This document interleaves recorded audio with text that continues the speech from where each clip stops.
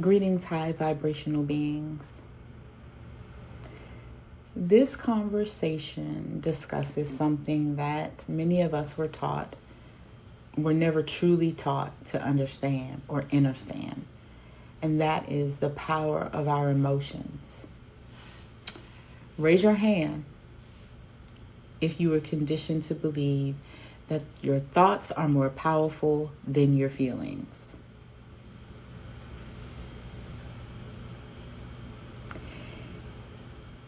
Here's the secret to reclaiming your power over an unbelief you were conditioned to accept.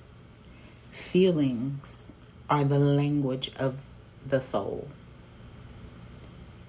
That if we just think positively enough, if we control our thoughts enough, everything will eventually work itself out. This is a truth that ran so deep into my inner world that it caused a level of depression for me. You see, I am a deeply feeling person. I feel everything on a level that can impact my psyche. Yet the deeper I've gone into my own spiritual walk and the work I do with women seeking deeper relationships with themselves and others, the more I see that thoughts may guide our awareness, but emotions are the key to alignment. Because emotions are the language through which the soul communicates. Many of my clients believe that thoughts are the most powerful force in shaping how they make choices in their lives.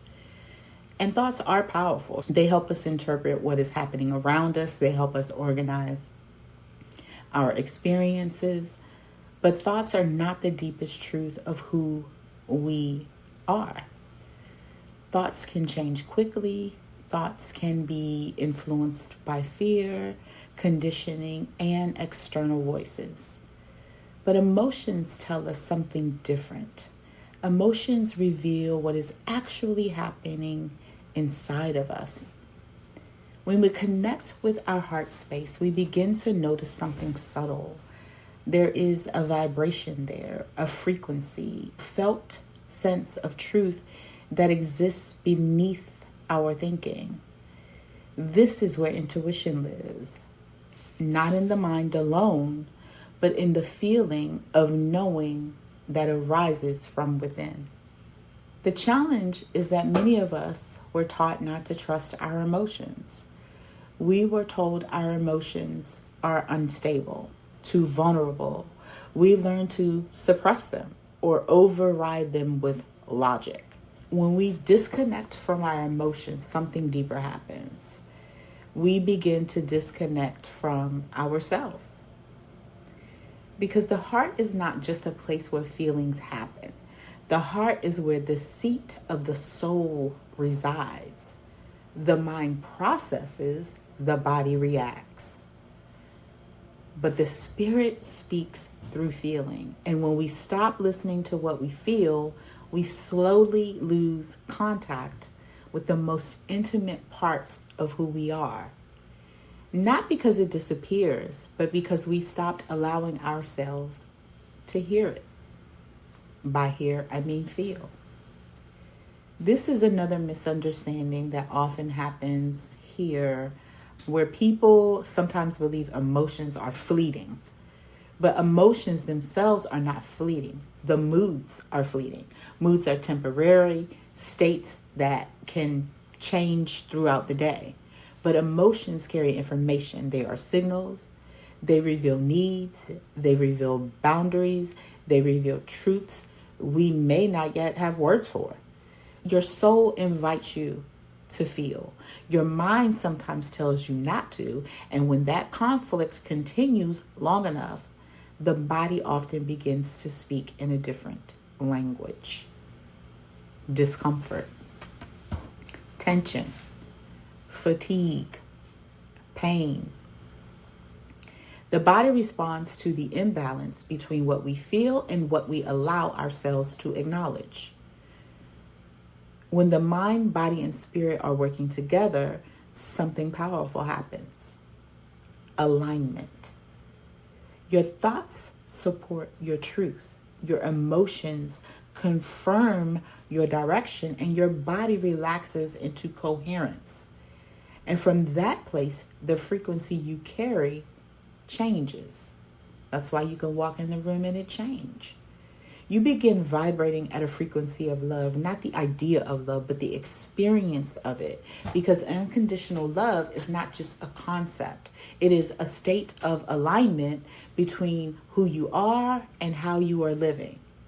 And when that alignment exists, the way you move through life changes.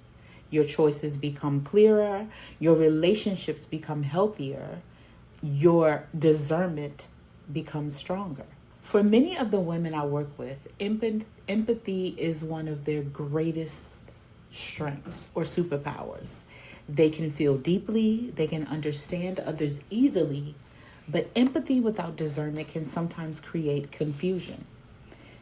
Because when you are highly empathetic, you may feel many emotional signals at once. So learning to recognize your own emotional truth becomes essential. Because when you know how you truly feel, your discernment becomes sharper.